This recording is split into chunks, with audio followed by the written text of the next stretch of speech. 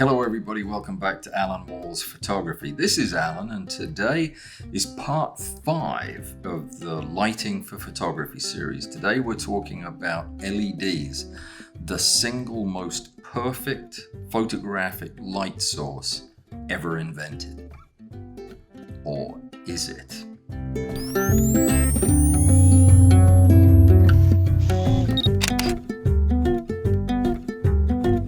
Well, no, it's not.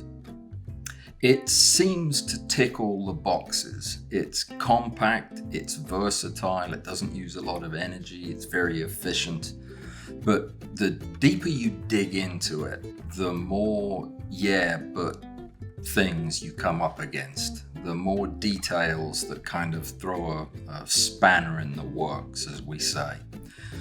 So it's probably not as ideal as I would like it to be, but you can be the judge of that. The purpose of this video is to give you enough information about LED lighting of all different kinds to decide whether or not it's something you want to use in your photography. You're not going to have any choice about using it in your life because LED is the wave of the future.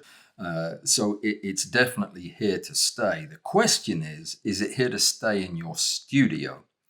And if you don't want to watch the rest of the video, I'm thinking probably not, to be honest. But let me explain why. But before we do, thank you to my Patreon supporters, and thank you to anybody who's made a donation through the website.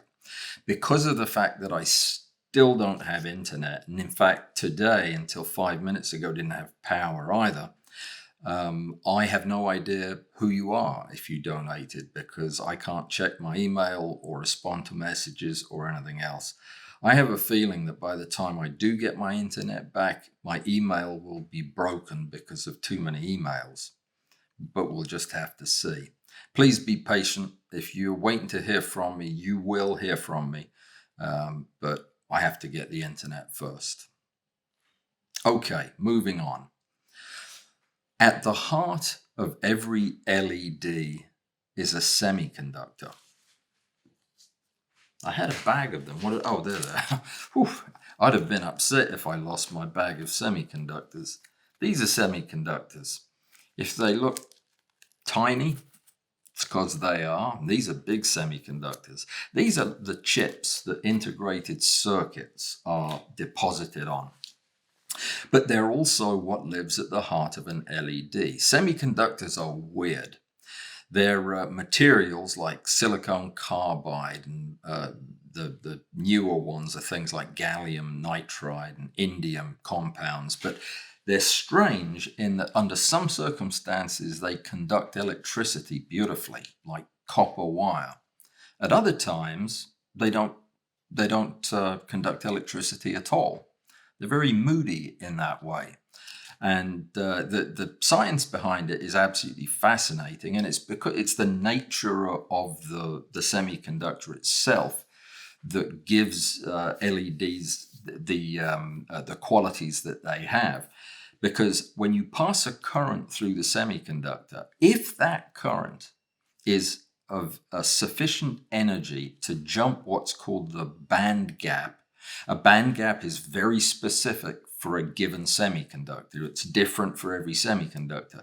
But if the energy is enough for the electrons to jump that band gap, then the electrons will begin filling what are called electron holes in the semiconductor.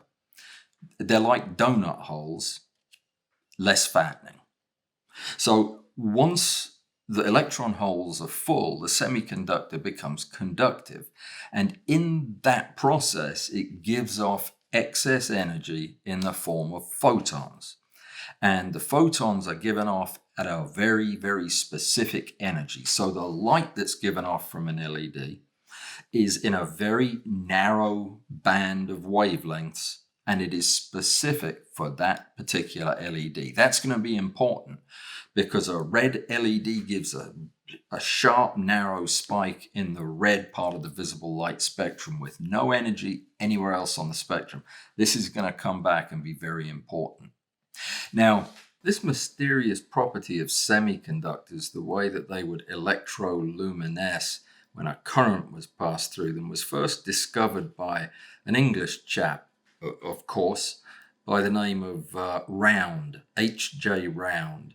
And the progress with LEDs didn't really go very far until the 60s.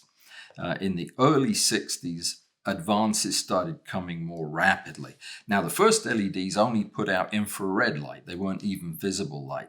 They worked much the same way that our infrared emitters that we use in electrical components like remote controls.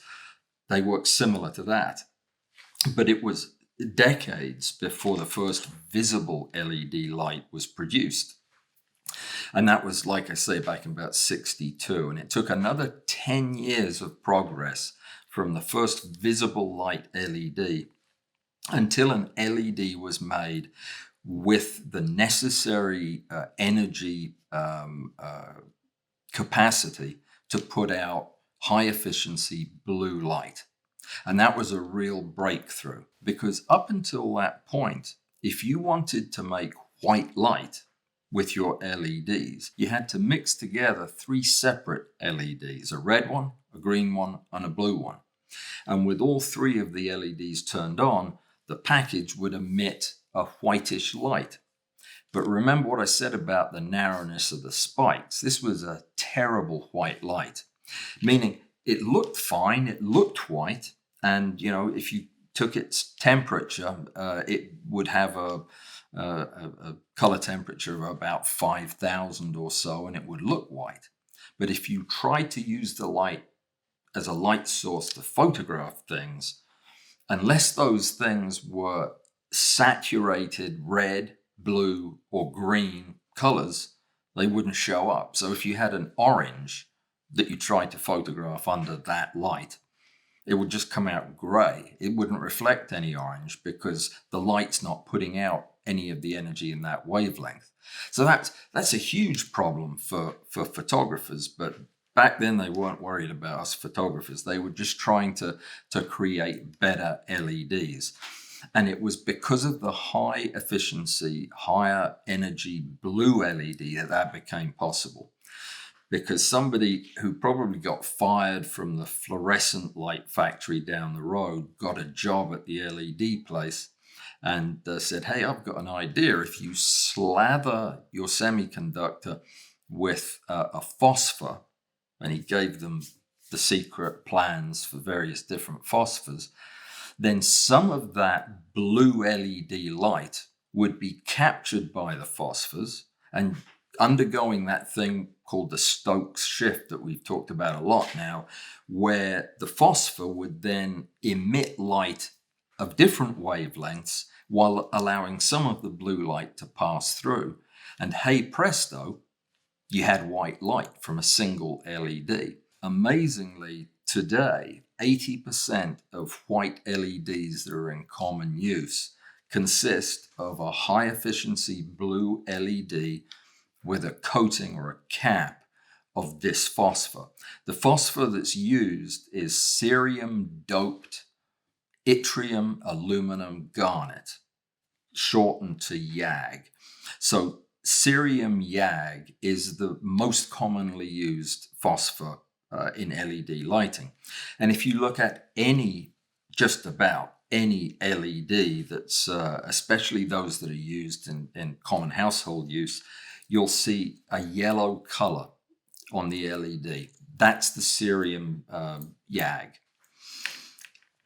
which explains why virtually every white LED that you're likely to encounter, not all of them, but virtually every one that produces white light will have this yellow coating on it. That's what the yellow coating is. So the first breakthrough in LED lighting was coming up with the high efficiency blue LED.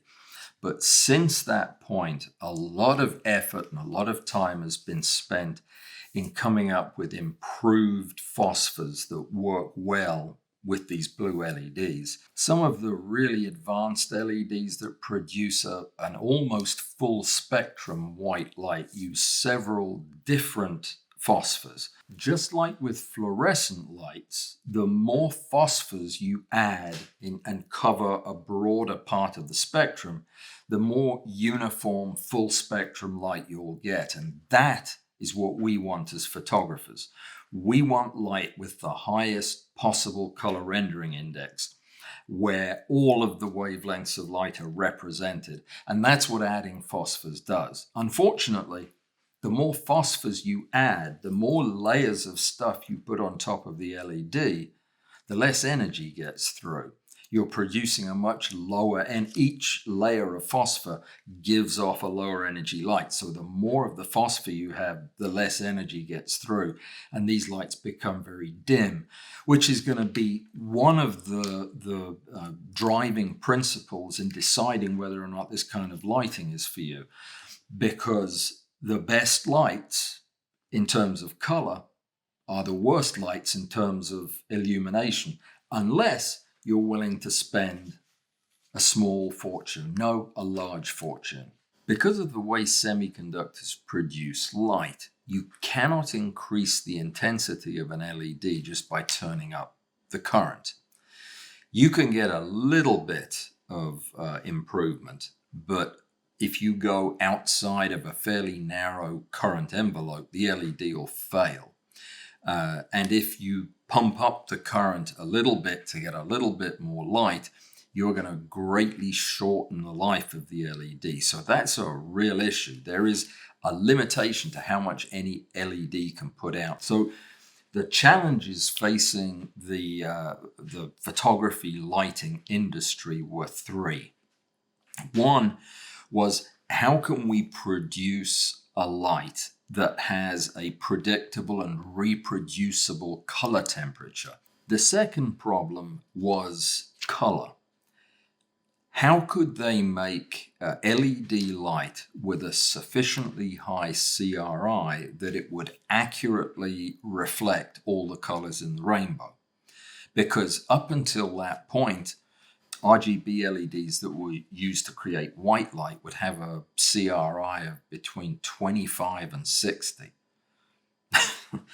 That means only very few wavelengths were being put out by the light source, meaning most wavelengths weren't getting reflected. You can imagine what kind of pictures a 25 CRI light would take. So most people would say you really have to have at least a CRI of 90 to take pictures. So their job was, how do we do that? How do we come up with that? And the third, and probably the biggest problem, is how can we use LEDs to produce light of sufficient intensity to compete with existing light sources for photography? Existing light sources being compact fluorescent bulbs, incandescent spotlights, and the sun. So there were three pretty big challenges. Coming up with a solution for the white balance was probably the least challenging of the three. Because of the fact that the science of phosphors had advanced to the point that you could tell within a fairly narrow tolerance which phosphors would give what color temperature of light, it simply became a matter of creating light sources that contained a mix of LEDs of those different temperatures, and then wiring them in such a way that you could raise or lower each color independently. The light I use for doing some of my videos is an LED panel that's just white LEDs. So they're the blue LEDs with cerium doped YAG phosphor, but half of the LEDs are tuned to a color temperature of 2700, and half of them are tuned to a color temperature of about 6000. So by setting the relative brightness of the two sets of LEDs, I can come up with any color temperature I want from 2700 up to 6000. Most panels to this day use the same thing. Color was a bigger issue, and there were two approaches to solving the issue of color. One was to continue to develop new, better phosphors, and that continues to this day. For example, a manganese-doped potassium fluorosilicate phosphor was developed that allowed a great broadening of the spectrum to cover much more of the visible light spectrum and create a much better white light, which certainly increased the CRI significantly. So while new phosphors were being developed, some companies also worked on adding additional LEDs to the package containing the red, green, and blue LEDs of the typical RGB. Now, by adding, say, an amber LED and ultimately also adding a white LED to that package, so you had 5 LEDs in one package, you were able to create a much broader spectrum of light. And that was a second approach. Now, of course, the new fancy modern LEDs use both approaches. They use the improved phosphors as well as the additional LEDs. Adding an amber LED gave a lot better control over the color temperature of the light. By adding a white LED to the red, green, blue, and amber LEDs, allowed devices to have control over something they'd never been able to control before, which was hue and saturation. By adding or subtracting white light, you could make adjustments to those parameters, which, if you need it, if you're going to use it, is a fantastic attribute to have. The third problem is probably going to turn out to be the biggest problem for most of us. And that is the fact that LED intensity cannot really be increased at the level of the individual LED, which means you can't have, now, having said that, there are specialized LEDs that can create a whole lot of light in a small package, but they are insanely expensive and they get insanely hot, and some of them require fans to cool. So they're not a really practical source for most of us as a studio light source. So the only way that we can actually increase the brightness of an LED light source is to add more LEDs to it. So we have a real limiting factor here, and that is how much space you have to put the LEDs in, because suddenly your point source of light is becoming a large area of light, which certainly has its applications in photography, but it also has drawbacks if you're looking for a focused beam of light. So those are the problems that have been or are being overcome, but they're things you need to be aware of as you're deciding whether or not LED is right for you. Let's talk now about the way LEDs are packaged. Now, by package, I mean the functional unit of an LED. The semiconductor chip by itself is the size of a grain of, well, it's bigger than a grain of sand, smaller than a bread box. They're tiny. The little chips are tiny. And how do you manage them? How do you control that? How do you attach wires to something that's half the size of a wire? So obviously, the technology had to advance to the point that we would have packages that would allow us to use these in any kind of practical sense. You can think of the package as being the support suite for the LED.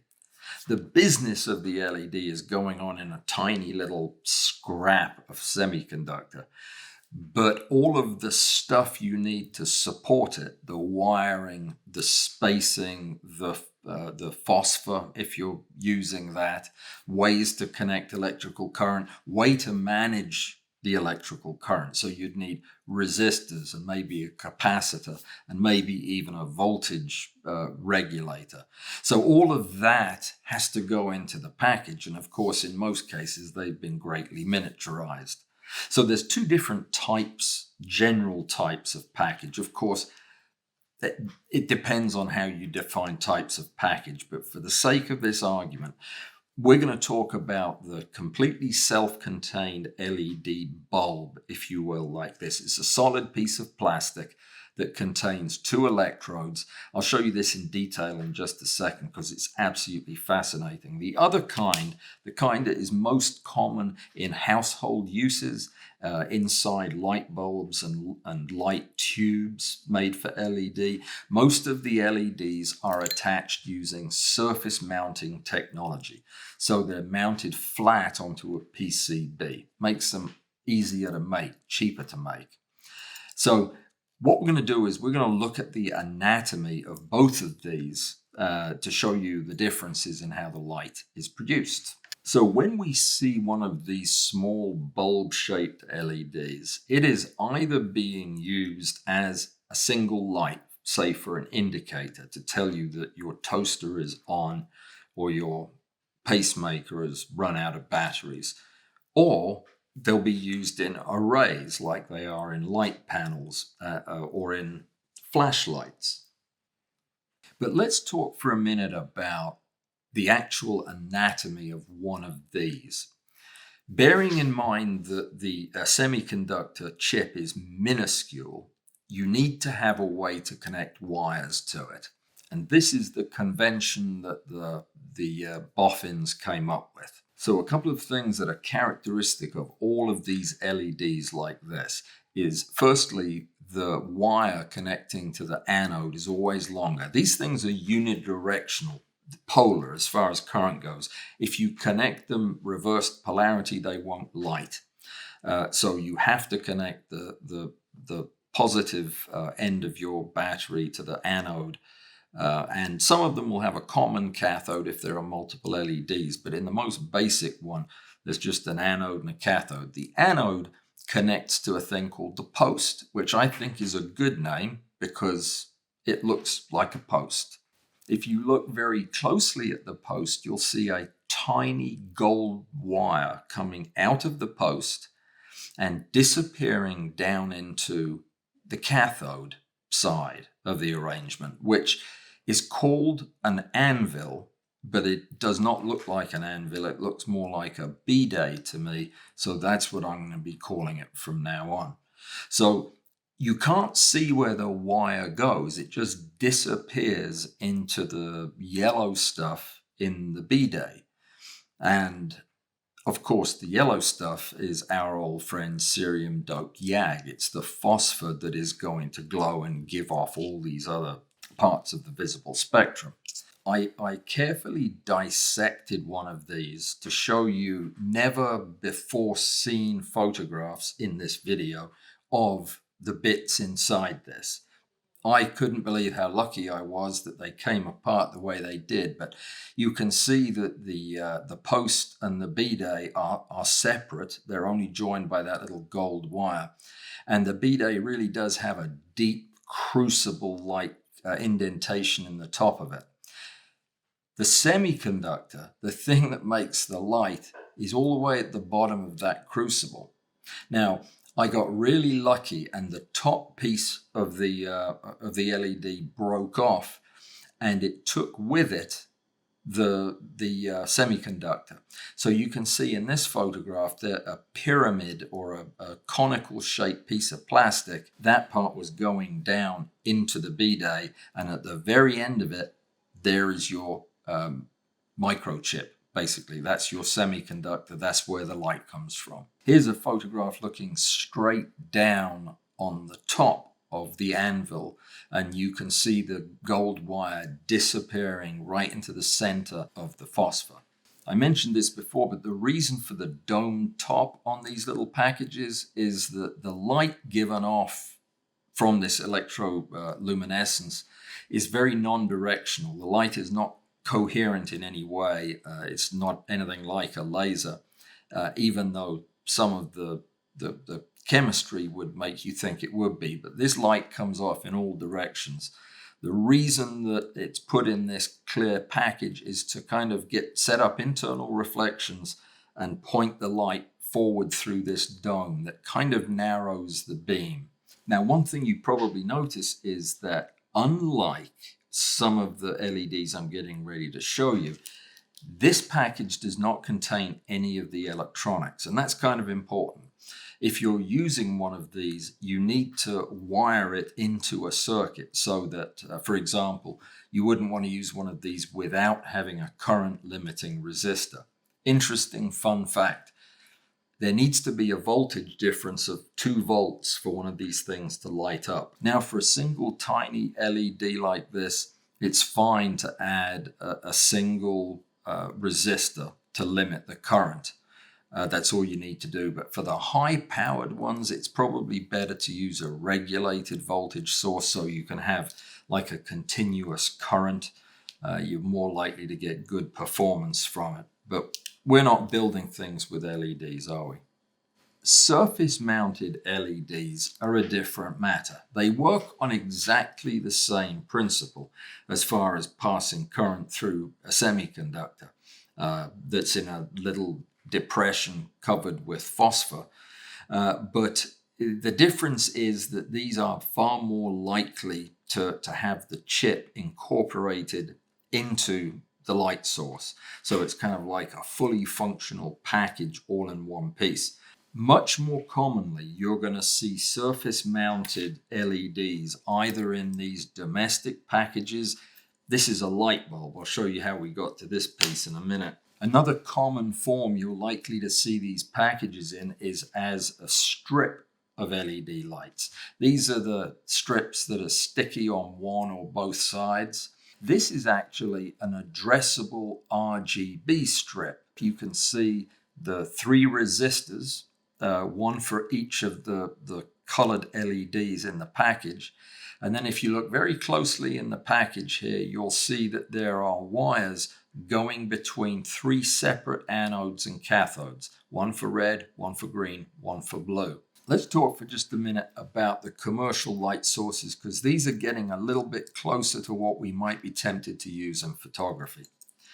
This is a typical inexpensive by LED standards, replacement light bulb that operates on regular household current in America. That's 110 volts. And everything to run the light is in this package. You don't need any external device to run it. This piece at the top is plastic, but it's fairly rigid. And if you're going to take one of these apart, I recommend using a hot knife or a red hot paper clip or something to cut a very nice smooth line. The reason I say that is you're going to want to keep this. This makes the best diffuser. I use it with this light. This is an LED light. The diffuser it has is not very effective. This, on the other hand, is incredibly effective, and it's great for using close in macro. So that's a top tip, and it's probably worth breaking an LED light bulb to do it. This particular LED package, by the way, requires only 7 watts to light, yet it gives off the same amount of light as a 40-watt light bulb. This one has a very warm color temperature of 2700, so this is very orangey looking light. And it only puts out 450 lumens. But inside this package is where it gets interesting. First of all, at the bottom, there's really nothing but a hollow space where the 2 wires connect. So you have your ground wire connects to the outside piece, and your positive wire comes up through the insulated piece on the bottom. They go into a PCB, and on this side you have a fairly large capacitor.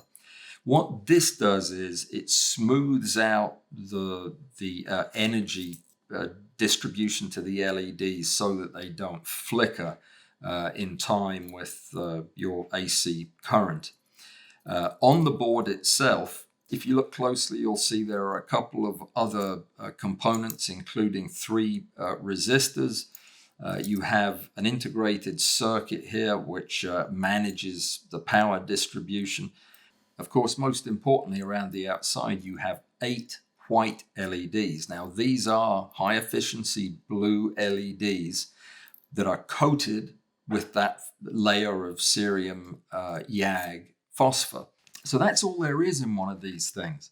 It's just a tiny little circuit board, a bunch of surface-mounted LEDs, and a fantastic macro diffuser. So they're not as mysterious as they look. The same thing would be inside something like this, even though this is much bigger. This will give you some kind of an idea of how limiting the light intensity from LEDs is. Now, of course, when you look at this, you see what looks like a gigantic splooge of YAG right in the middle of the bulb. Well, that's kind of being magnified by the little micro lenses in the front, make it look a lot bigger than it is. It's really quite small. It has several LEDs in it and a single coating of cerium YAG. This is a different kind of package. It's a decorative chain of tiny encapsulated LEDs. Each of the little clear plastic blobs has what look like two individual LED chips inside, though they do appear to be operating from a common cathode.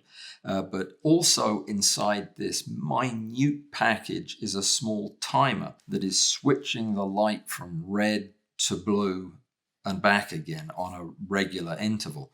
And when you light the whole chain up, they all flash independently. In this photograph, I've taken half of one of the images and superimposed it on the other so that you can see that, in fact, it is two different areas of the LED that are lighting up each time the cycle changes from red to blue and back again.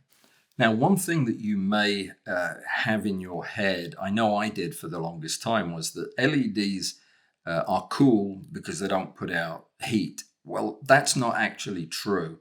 They do put out heat. Most of the time, it's a very small amount of heat and it's dissipated by the package that it's in. But as you get to higher and higher current handling LEDs, the kind of Cree and Nietzsche LEDs that they use in those insanely bright flashlights, you have to have a more efficient way of moving the heat away from the LED before it fails. Now, some of these just use a metal heat sink, which is a good way for most of them, but some of the really, really powerful lights have to have active air cooling to move the hot air away from them. So it's just worth bearing in mind that even though it's not much, they do put out heat. So based on what we now know about LED light and primarily its limitations, we can start to consider the specific devices that are sold for use in photography. Where LEDs appear to be pretty handy is if you're looking for a fairly large, diffuse, sizable light source that doesn't appear to have a point of origin. LEDs can be very useful for that. There are problems with them. If you're working against a background that's quite close in, sometimes you'll see multiple shadows that are being formed by the individual LEDs. Sometimes you can even see reflections of multiple light sources off a person's spectacles or the steel plate in their head. Whatever it is that's shiny can bounce these little dots of light off, and that's very disconcerting. But when it comes to a focusable beam of light, they are just not the best choice. Let me go back to to ARRI again. I don't know why I read an article about ARRI the other day, and they've been on my mind ever since. But to give you some kind of example about the LED as a point light source, if you go over to the ARRI catalog, they make an LED light source that has an equivalent incandescent light output of 450 watts. So it's bright. And it has a Fresnel lens in the front, so it's relatively focusable. You can get a pretty narrow beam of light from it. But it doesn't have a particularly long throw, and it costs $2,400 for the light. just for this one spotlight, which isn't probably that bad given their prices are high anyway. But on the next page of their catalog, they have an incandescent tungsten Fresnel light that looks just a little bit bigger, but the same or similar form factor, that puts out 5,000 watts of light, 10 times as much brightness for $100 more. And I think that tells you all you need to know about the suitability of LED as a single point light source light. So what about for the continuous lighting needs of macro photographers, still life photographers, product photographers? Do these LEDs make a useful light source for that kind of endeavor? Well, from a standpoint of brightness, they certainly do. Maybe not quite as much with product photography, which may require quite a large set. But for most of the macro photography and still life that we're going to do, tabletop size stuff, the lights are plenty bright enough to use them as a primary photographic light source. And even very dim LED lights like the ones that IKEA makes, that I think they're called the Janslow, the ones on the bendy arms anyway, they are not high intensity lights, but because you can put them a centimeter away from the subject, they're very effective. And they put out a decent CRI light. Not great, but not bad. I would be a lot more concerned if I was doing product photography where color was of maximum importance. Just like it was with fluorescent lighting, using LEDs becomes a problem unless you know that the CRI really is 95 or 96 and you have testing to prove it. But I would say that yes, macro photography is one area where LED lighting holds promise. There's one special case of LED lighting that's worth mentioning because it has its place. What it is this. I don't even know who makes it. I think it's a no-name LED ring light or ring flash. This thing has some uses. It consists of a set of LEDs, though these are run off two different circuits. So there's a left and a right side, which is great for varying the intensity. And I have never found any information on what the CRI of these lights actually are. But in a pinch, they're quite handy. And it also has circuitry in it which will allow this to be used as a flash. Now, it's an incredibly long duration flash. I'm not sure that it would be very effective to stop motion of any kind. But it does give you a fairly nice burst of light if you're trying to surprise your subject rather than creep them out with a lot of light up front. I don't know if this is charged up enough yet, but that was the flash mode. It seemed to be on for quite a long time. But yeah, it's not bad. It comes with a bunch of different filters that go on that really don't do a whole lot of filtering. They don't soften the light or diffuse it very much. So what you will tend to get is if you're using this in macro, if you have a shiny insect, oftentimes you'll see on their shiny back about 100 little spots of light, which is not good. That doesn't work. But for other things, this could be really handy to have. It is incredibly inexpensive. It was like $30, and it's still working after many years, probably because I never use it. But yeah, it's a different case. If I ever took the time to try to find a way to actually diffuse this light, I might use it more. But you got to remember, when you diffuse LED light, you're giving up precious brightness. And you don't have a lot to start with. Modifying LEDs is about as difficult, maybe even harder than modifying compact fluorescence. The light is a large diffuse light source. It's not a point source. So it's not going to work with a snoot. It's not going to work with really any concentrating device. The only way that you can concentrate the light from LEDs is using barn doors. And really, if you think about it, barn doors don't concentrate the light. They exclude the light that you don't want on your scene. The barn doors are black. So when you shut the barn doors down to give a column of light, you're not capturing all of the light of your panel. You're capturing that portion that isn't covered by black flags, because that's all these barn doors are. They're absorbing all of that light. So when you do restrict the size of the beam of an LED light source, you are also, depending on how much you restrict the beam, you are restricting the intensity of the light too. And for a light that's already not a bright light, that can be killer. I think the difficulties with modifying LED light are probably its biggest weakness.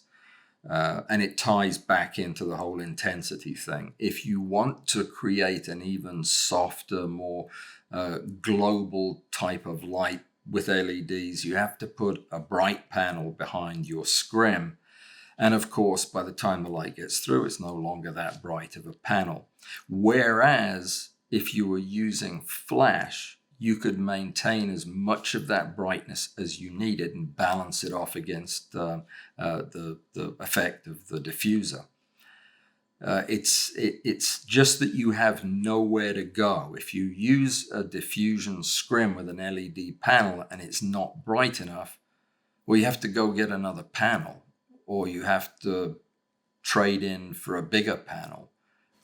I don't know if this is just me, but one of the absolute requirements of any photographic light source is that it has to have some headroom.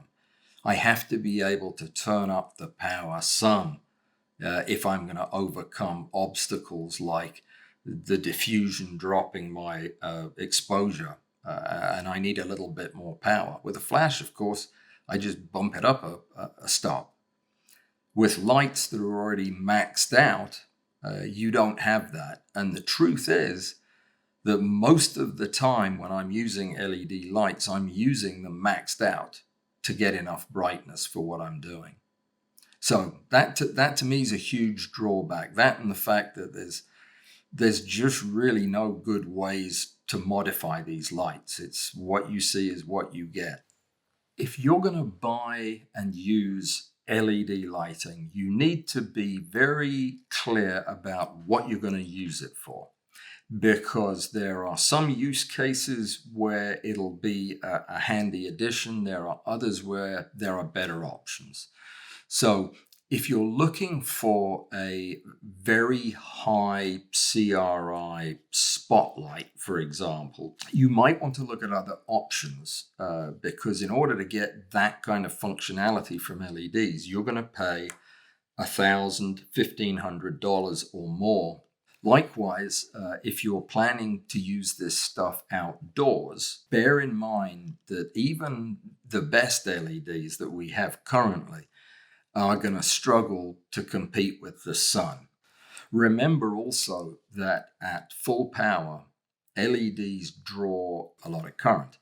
So if you're going to be using it in the studio and it comes with an external AC adapter, no problem. If you're going to be relying on batteries, take into account how many batteries you're going to need for a shoot. And this is the kind of information that frankly is hardly ever included in the manufacturer's material, is how long will these lights stay on with a full charge of a battery.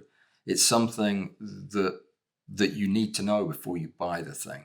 When I decided that I wanted to buy an LED light panel to use for shooting videos indoors, the first thing I did was get in touch with a friend of mine who knew an ARRI representative. And I asked if they would take my car and trade in on one of their light panels. And they asked which one. And I said the 4 foot by 5 foot one. And they said, no, we'd need your house as well. They are expensive, $19,000 for a light panel. What I ended up doing was talking to a bunch of people that I know who produce videos as well as have a bunch of other photographic interests. And I found several who used this device. And I also found a couple of technical reviews in magazines that were sponsored by readership. They weren't funded in any way by the company that made the products. And the reviews were pretty much down the line positive. I mean, there really wasn't anything to put me off. And I bought the light panel, and it was under $150. And it was competing with lights the same size and the same power output that were costing $1,000 or $1,500. So, it really pays to do a little bit of homework and not be tricked into thinking that you just have to spend a lot of money to get a good device. If you need something that is portable, battery powered, lasts forever, has a CRI of 98 and operates through your phone with some kind of special app, then you're going to pretty much have to pay more money. But unless you need to pay more money, don't. Another question to ask yourself when you're considering the value of an LED for your studio is just how often are you going to use it? How often is that use case going to be in front of you? For this light panel, I knew when I bought it that if it worked, if it did a good job for videos, I would be using it 2 or 3 times a week. And that was more than enough for me to make the investment if it did what I wanted it to do. But if, in fact, I was only going to have a use for it once a year, then all of a sudden that $150 becomes much more expensive. So understanding what the light can and cannot do will help you decide how often you're probably going to end up using it. Ideally, what you want to do is take a look at a spectrum. If companies that produce lighting were required to produce a spectroscopic readout of their light, that picture would be worth 1,000 words. If you could see the spectrum of light given off by a particular LED panel, you would know instantly if that's something you want to use. I have yet to locate a single source to go to get that kind of information about artificial light. I have to believe that it's probably out there somewhere and I just haven't found it. But if such a thing exists, that would be the first step in my research.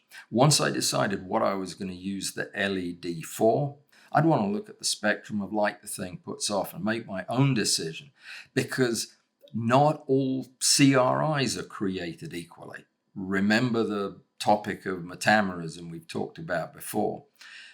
When you're told that a given light source has a CRI of 90, it doesn't really tell you what colors are not represented.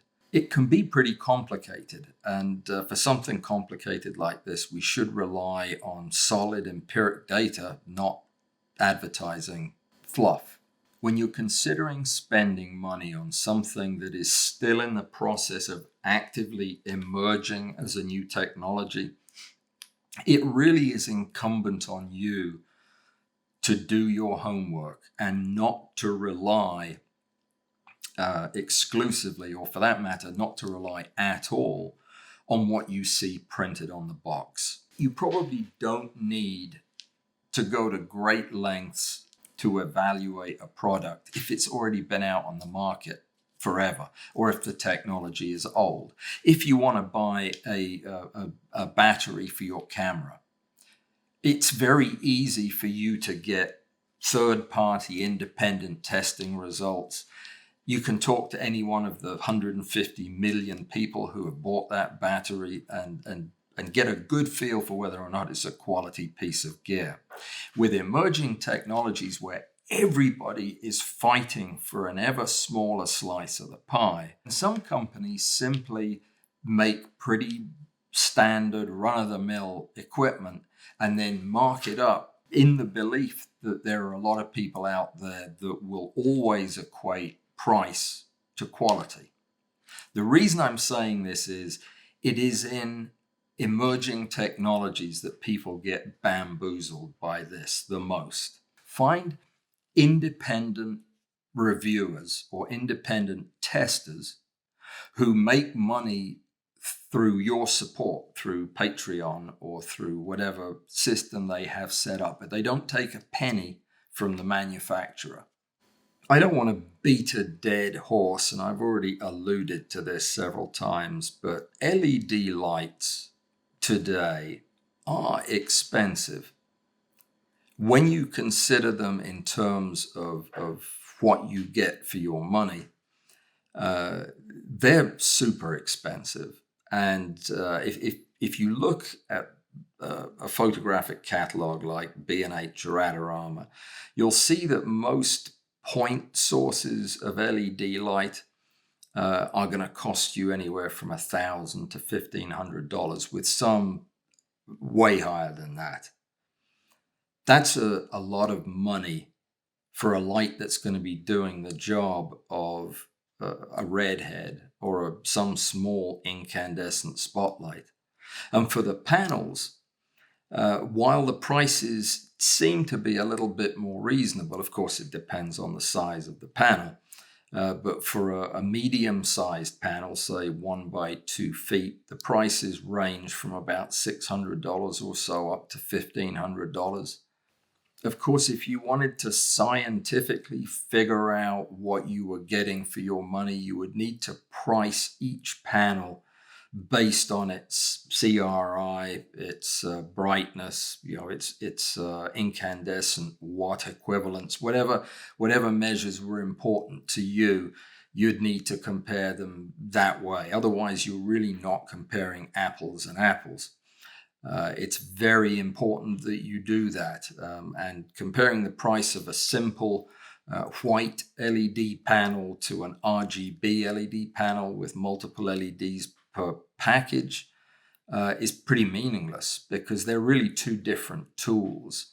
So I feel like I've given LED a fair try. I mean, I've used it when I can. I've used it for a lot of different things, but I use it very little anymore, except for these videos. But if this thing broke down, I'd just add another bank of CFIs and I'd be perfectly happy, especially with the new bulbs that are even more color accurate.